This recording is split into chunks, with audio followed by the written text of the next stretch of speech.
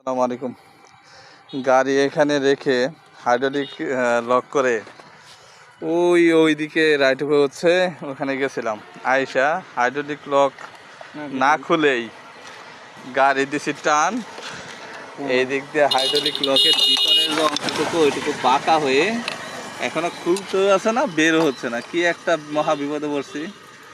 তারপরে এই যে আমিনুর ভাইরে ফোন দিলাম, মালামাল নিয়ে আসলো, এখন খোলার চেষ্টা চলতেছে। দেখা যাক, হয় খুলতে হবে না হলে ভাঙতে হবে। ভাঙারও মালামাল নিয়ে আসা হয়েছে, এই যে ভাঙবো। এই যে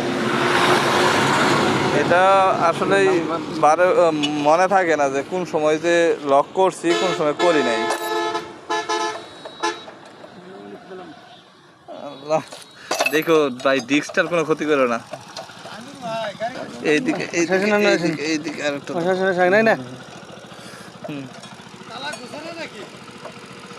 আরে ভাই, আরেকটু ফাঁকা করো।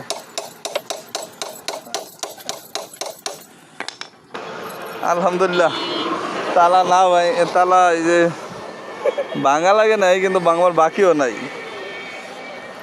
রিমুভ করা হয়েছে। খুব বিপদে পড়ছিলাম রে ভাই। আল্লাহ।